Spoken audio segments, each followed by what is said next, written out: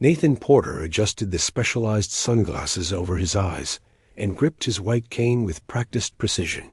At 34, he had mastered this routine over the past 6 months, the hesitant steps, the slight tilt of his head when someone spoke, the careful way his hands explored the space before him. This is the last time, he promised himself, knowing it was a lie. Behind him, his luxurious penthouse apartment overlooked the San Francisco Bay, stark contrast to the modest persona he had crafted for these experiments. Nathan wasn't proud of his deception, but after 3 failed relationships with women who seemed more interested in his tech fortune than his personality, he had become cynical. "You ready for tonight's performance?" Marcus Bennett's voice carried a heavy note of disapproval as he leaned against the doorframe. "It's not a performance," Nathan replied defensively. "It's a social experiment." Marcus rolled his eyes. "Most people call it lying, Nate. This is getting out of hand." The last 4 women bolted the moment they realized I wasn't going to fund their Instagram lifestyle. Nathan's voice hardened. "I need to know if anyone can see past the Porter technologies. Fortune. And pretending to be visually impaired is how you plan to figure that out?" Marcus sighed. "This isn't healthy, man." Nathan ignored him, running through his mental checklist. The dating app profile he'd created mentioned his condition, upfront congenital visual impairment that left him with only peripheral shadows and light perception. His fictional job as a customer service representative for a small software company was believably mundane. "Someday you'll thank me for being the voice of reason," Marcus said, handing Nathan his keys. "Just promise me you'll end this charade soon." Nathan nodded absently, already mentally preparing for his date with Olivia Reed. Her profile had intrigued him, a marine biologist who spent more time posting about endangered coral species than glamorous vacation spots. Her messages had been refreshingly direct, with no hints of the usual prying about his career or financial status. The restaurant, Sultan's, was modestly upscale, but not extravagant. Nathan arrived 15 minutes early, allowing the hostess to guide him to his reserved table with exaggerated care. He detected the familiar note of pitying kindness in her voice that always made his stomach tighten with guilt. "May I help you?" "With the menu, sir?" she asked. "We have Braille versions available." "No, thank you," Nathan replied with practiced ease. "My date will help me navigate the options." As he waited, Nathan contemplated abandoning the entire charade. Walk out, delete the dating profile, forget the whole misguided experiment. But then he heard the hostess greeting someone, and a moment later sensed a presence approaching his table. "Nathan?" A warm, slightly husky voice addressed him. "I'm Olivia." He extended his hand in the general direction of her voice and felt her grip firm, confident, slightly calloused. Not the manicured softness he typically encountered. "It's nice to meet you," he said, detecting a faint scent of something fresh and oceanic. "I hope I wasn't difficult to spot." "Not at all," Olivia replied, settling into the chair across from him. "Oh, I did almost walk past you. You look different from your profile picture." Nathan tensed slightly. "Different how?" "Less serious," she laughed. "You're smiling in person." There was no awkward pause, no furtive glance at his dark glasses, or white cane propped against the table. No excessive offers of help or that particular tone people used when they thought someone needed special treatment. "So, marine biology," Nathan began, genuinely curious. "What drew you to that field?" For the next hour, Olivia spoke passionately about coral restoration projects, her students at the university, and a recent breakthrough in her research. She described colors and patterns with vivid precision, then caught herself. "I'm sorry, I'm probably going overboard with the visual descriptions." "No, please don't stop," Nathan encouraged, surprised by his sincerity. "I enjoy experiencing things through others' perspectives." When their meals arrived, Olivia simply mentioned the positioning. salmon at 6 o'clock, vegetables at 3, without making a production of it.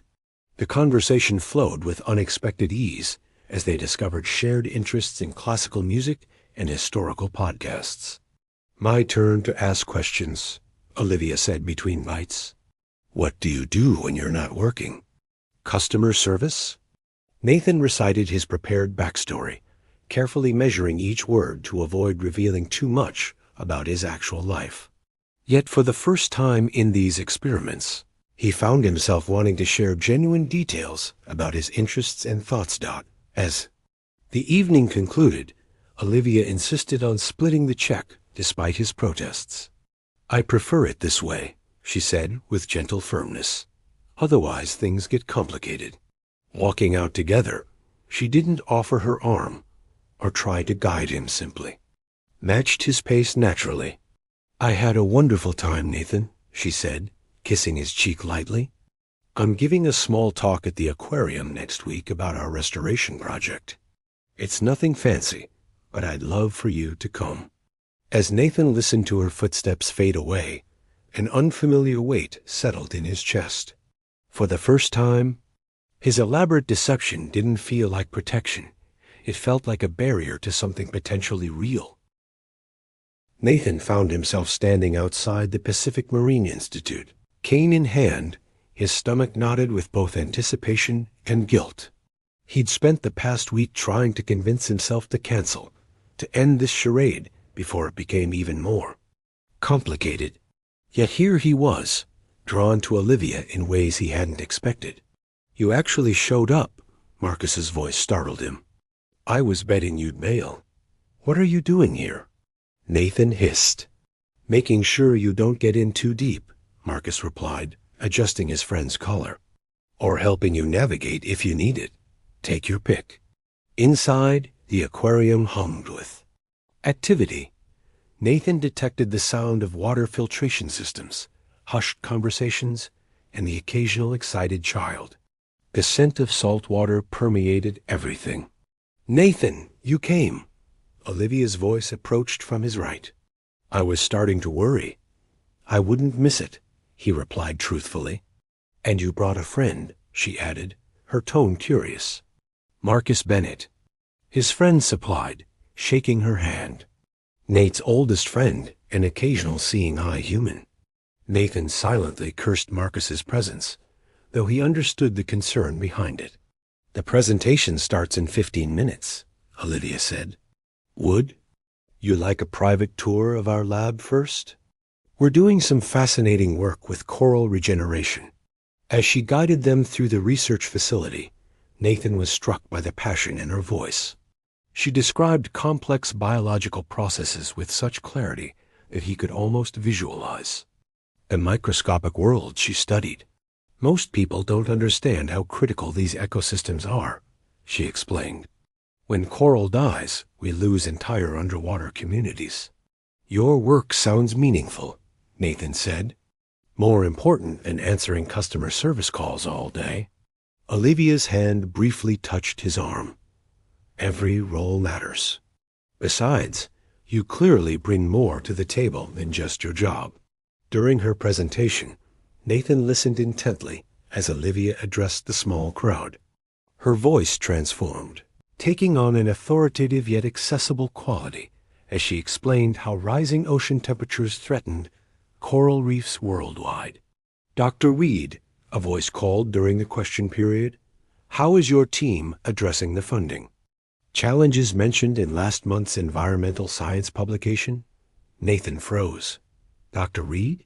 He'd assumed she was a graduate student or research assistant, not the project lead. "Creative partnerships," Olivia answered smoothly. "We've developed collaborations with sustainable businesses that benefit from healthy ocean ecosystems. Speaking of which, I'd like to thank our newest corporate sponsor, Westlake Foundation, for their generous grant." After the presentation, as attendees mingled over refreshments, Nathan felt increasingly out of place. His fictional identity seemed paper-thin among these accomplished scientists. "Your friend abandoned you," Olivia noted, returning to his side. Marcus had another commitment, Nathan lied, knowing his friend had left to give them space. I hope the presentation wasn't boring for you. Quite the opposite, Nathan replied.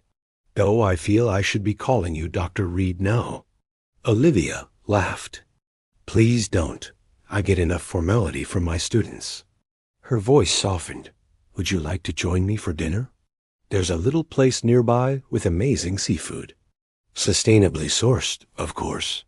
That evening, over grilled swordfish and white wine, their conversation deepened.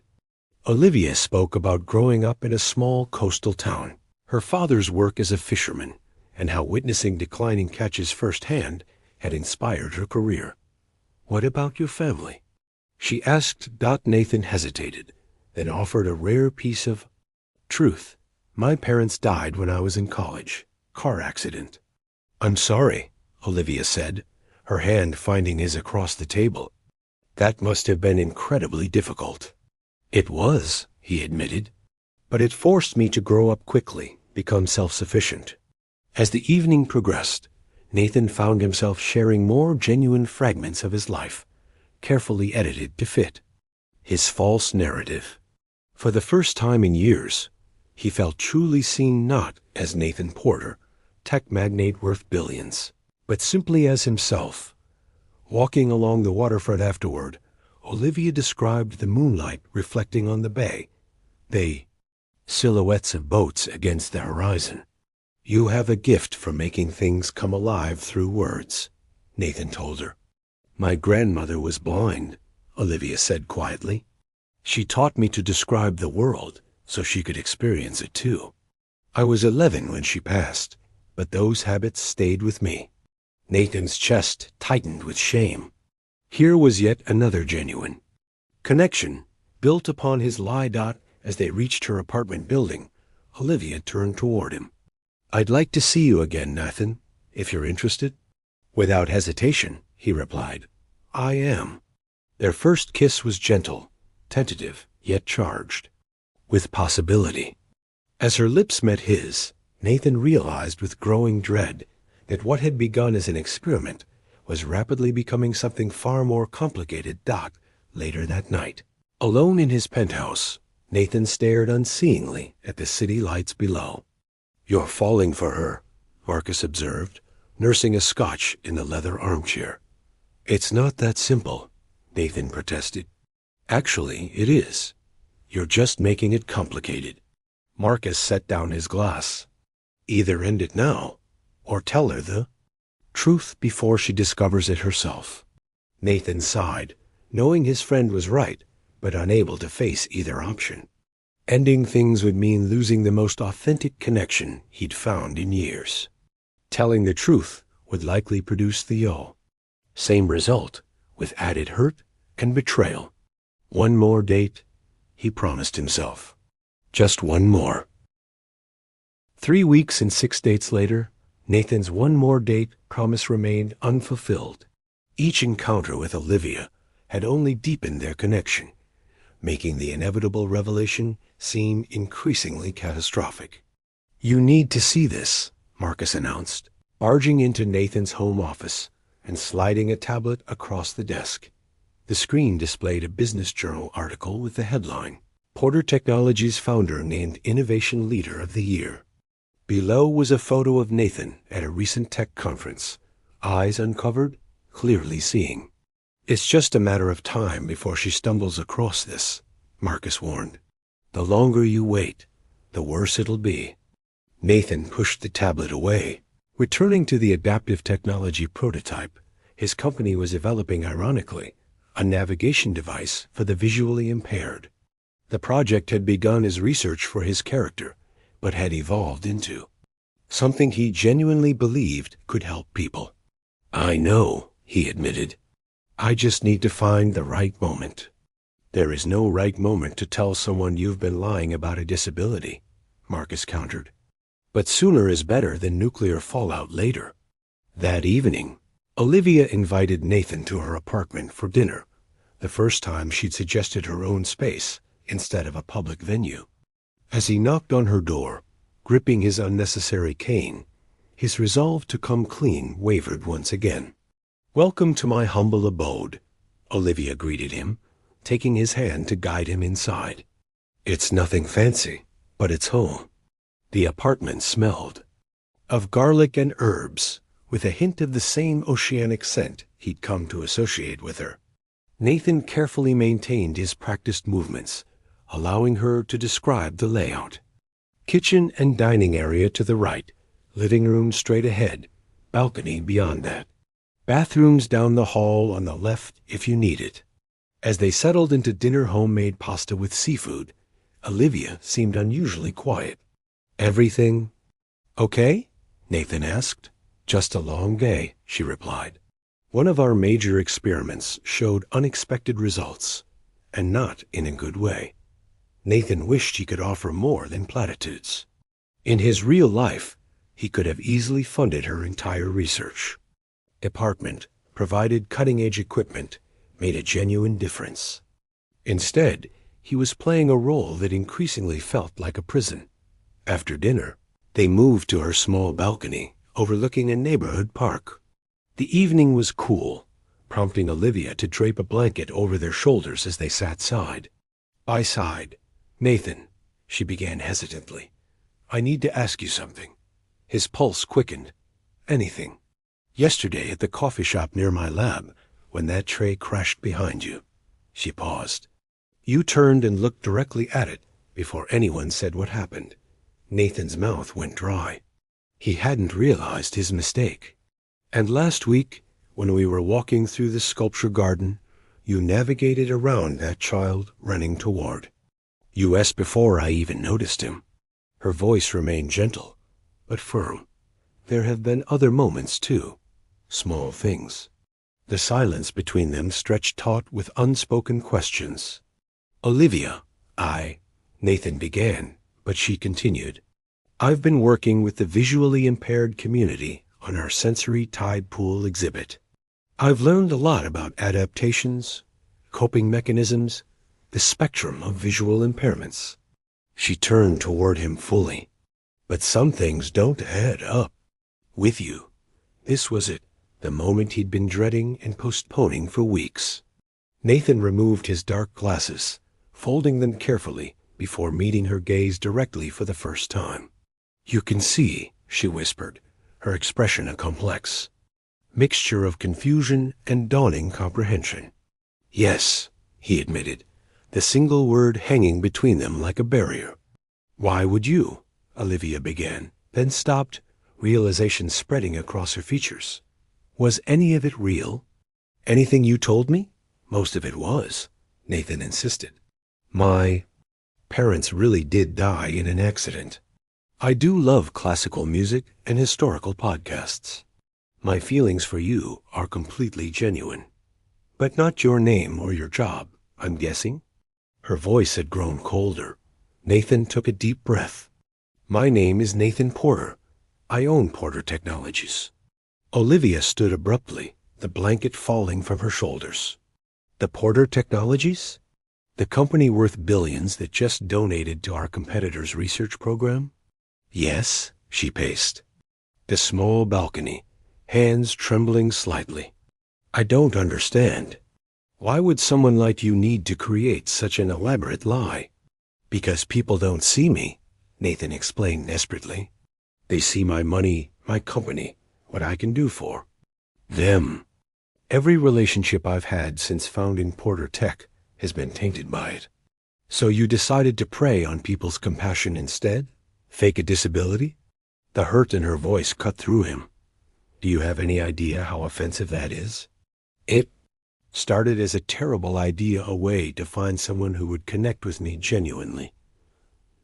Then I met you, and everything changed." Nathan stood, reaching for her, but Olivia stepped back. "I need you to leave," she said quietly. "Olivia, please. Now, Nathan. I can't process this with you here."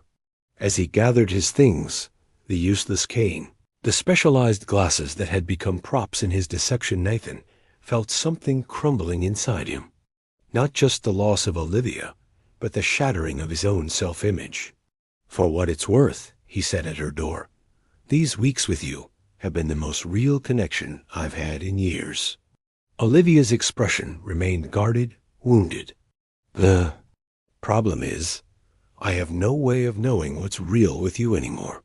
The door closed firmly behind him, leaving Nathan alone in the hallway, finally seeing clearly the damage his deception had caused.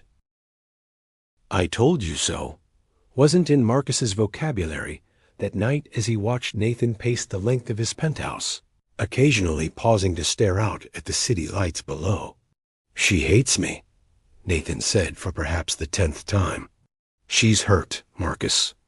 Corrected. There's a difference. 2 weeks had passed since the revelation at Olivia's apartment. 2 weeks of unanswered messages, of Nathan driving past the Marine Institute hoping for a glimpse of her, of increasingly desperate attempts to explain himself. "I've made a decision," Nathan announced suddenly. "I'm going to therapy." Marcus raised an eyebrow. "That's surprisingly mature.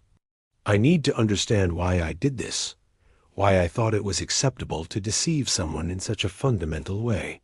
Nathan ran a hand through his disheveled hair. "There's something broken in me, Marcus. I need to fix it, whether Olivia forgives me or not." The following afternoon, Nathan sat uncomfortably in Dr. Valerie Winter's office, surrounded by muted colors and subtle landscape paintings. "So," the therapist began, her expression neutral but attentive, "tell me why you're here." Nathan hesitated, then launched into the whole sordid story: his parents' death, a subsequent founding of Porter Technologies, his growing distrust as his wealth expanded, and finally, the disastrous social experiments that culminated in his deception of Olivia. Dr. Winter listened without judgment, occasionally making notes. "What you're describing," she said when he finished, "suggests deep-seated issues with trust and authenticity. You created these scenarios to protect yourself, but they ultimately isolated you further." "I know it was wrong," Nathan admitted. "I just don't know why I kept doing it, especially with Olivia, when it felt so different. Sometimes we cling to maladaptive behaviors precisely when they're threatening to stop working," Dr. Winter explained. "The moment you felt a genuine connection with Olivia was when your defense mechanism, and this elaborate deception, became most necessary to maintain, because real vulnerability felt too dangerous." The sessions continued twice weekly, painful excavations of Nathan's past and his patterns of behavior. He learned about his fear of abandonment stemming from his parents' sudden death, his use of wealth as both shield and substitute for genuine connection, the way he'd created tests that people were bound to fail. Meanwhile, Porter Technologies announced a major new initiative, a substantial grant program for marine conservation research, with particular focus on coral reef restoration. Nathan ensured the press release emphasized that applications would be reviewed blindly by an independent scientific committee, with no preferential treatment. He knew Olivia might see it as another manipulation, but he hoped she would recognize it as a genuine attempt to support work he had come to value through her. 4 weeks into therapy, Nathan received a text from an unknown number, the funding announcement. Was that for me? His heart raced as he recognized Olivia's direct communication style. He typed and deleted several responses before settling on honesty. "Inspired by you, but not conditional on you. The work matters regardless of us." 3 days later, another message arrived. "I'm at Harborside Coffee, 2 p.m., if you want to talk." Nathan arrived 20 minutes early, choosing a corner table with his back to the wall. When Olivia walked in, hair pulled back, wearing a simple blue dress, he almost didn't recognize her. Not because she looked different, but because he was seeing her clearly for the first time, without the filter of his deception between them. "Thank you for meeting me," he said as she sat down. Olivia studied him, her expression guarded. "You look terrible." Nathan gave a rueful smile. Apparently honesty doesn't come with a good night's sleep. A tense silence fell between them. I've been thinking about why your lie hurt so much, Olivia finally said. It wasn't just the deception. About your vision. It was that I believed I'd found someone who saw value in things beyond surface appearances. Someone who listened deeply, because that was his primary way of experiencing the world. She traced a pattern on the table with her finger. The irony isn't lost on me. I did listen deeply, Nathan insisted. More than I ever had before. You taught me to experience the world differently. Through a lie. Yes, he acknowledged. Through a lie that became the most honest connection I've ever had. He hesitated and pushed a small notebook across the table. My therapist suggested. I keep a journal. These are things I wish I could have told you about myself from the beginning. Olivia glanced at the notebook, but didn't open it. You're seeing a therapist? Twice a week. Turns out pretending to have a disability to find authentic. Connection isn't exactly the behavior of a well-adjusted person. His attempt at self-deprecating humor fell flat. No, it isn't, she agreed, but her tone had softened slightly. I'm not asking for forgiveness, Olivia. I just wanted you to know that meeting you changed me. You showed me a different way of experiencing the world, of connecting with people. I'm trying to become someone worthy of that insight, even if it's too late for us. Olivia finally picked up the notebook, weighing it in her hands. I can't promise anything, Nathan. Trust once broken isn't easily repaired. I understand. She stood to leave, taking the notebook with her. I'll read this. After that ... I don't. No. As Nathan watched her walk away, he felt something unfamiliar, not the desperate need to control the situation or protect himself, but a quiet acceptance of uncertainty. For the first time, he was willing to be seen exactly as he was, with all his flaws and fears exposed, and to accept whatever judgment came.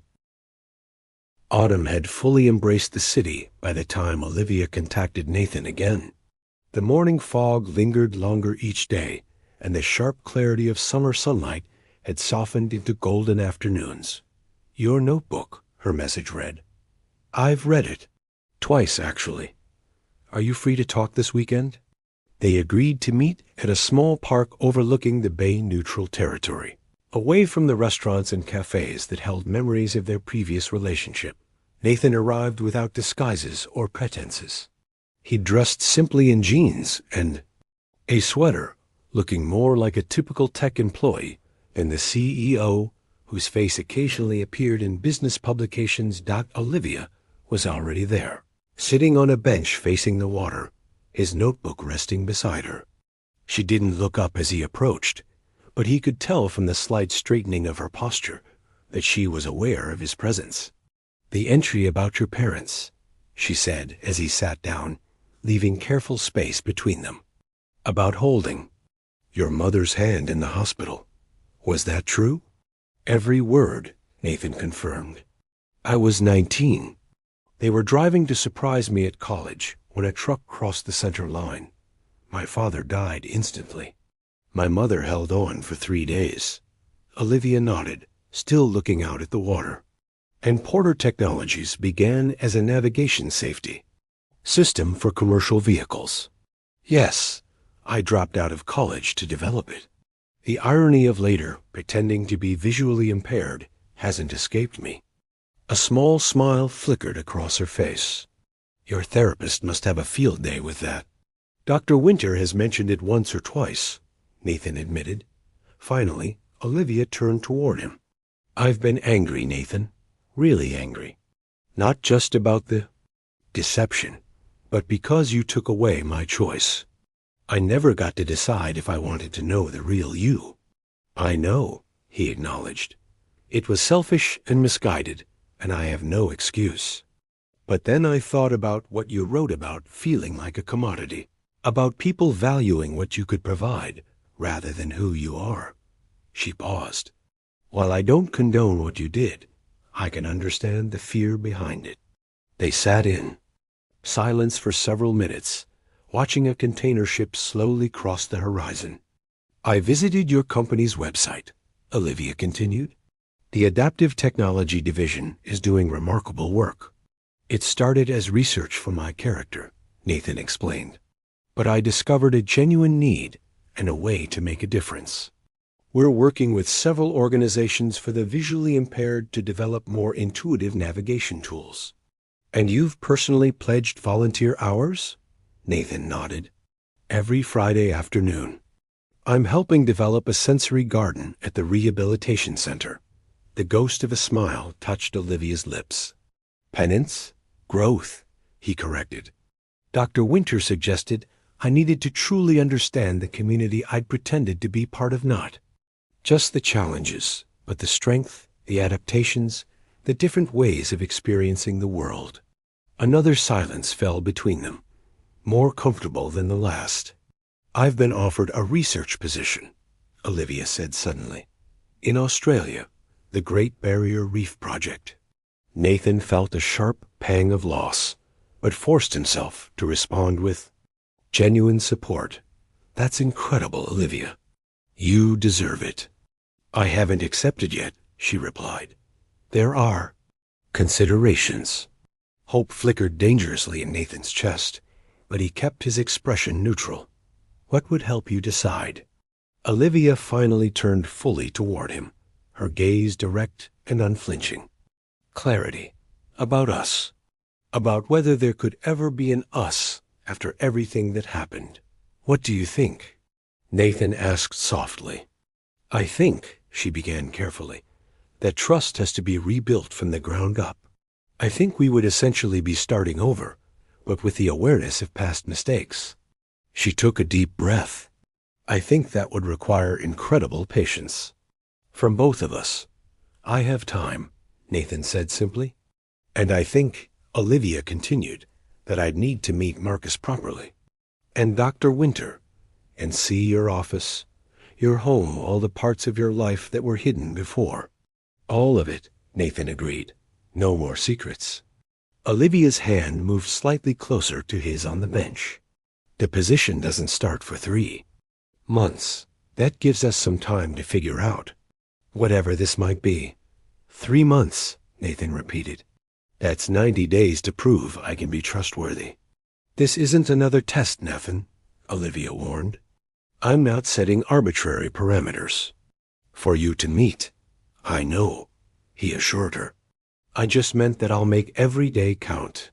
Tentatively, giving her every opportunity to pull away, Nathan reached for her hand. When her fingers interlaced with his, something tight in his chest began to unravel. I can't promise this will work, Olivia said quietly. Neither can I, Nathan admitted.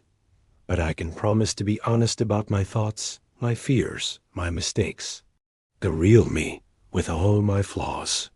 As they sat watching the changing patterns of light on the water, Nathan realized that this uncertain beginning felt more solid than any relationship he'd built on deception or wealth.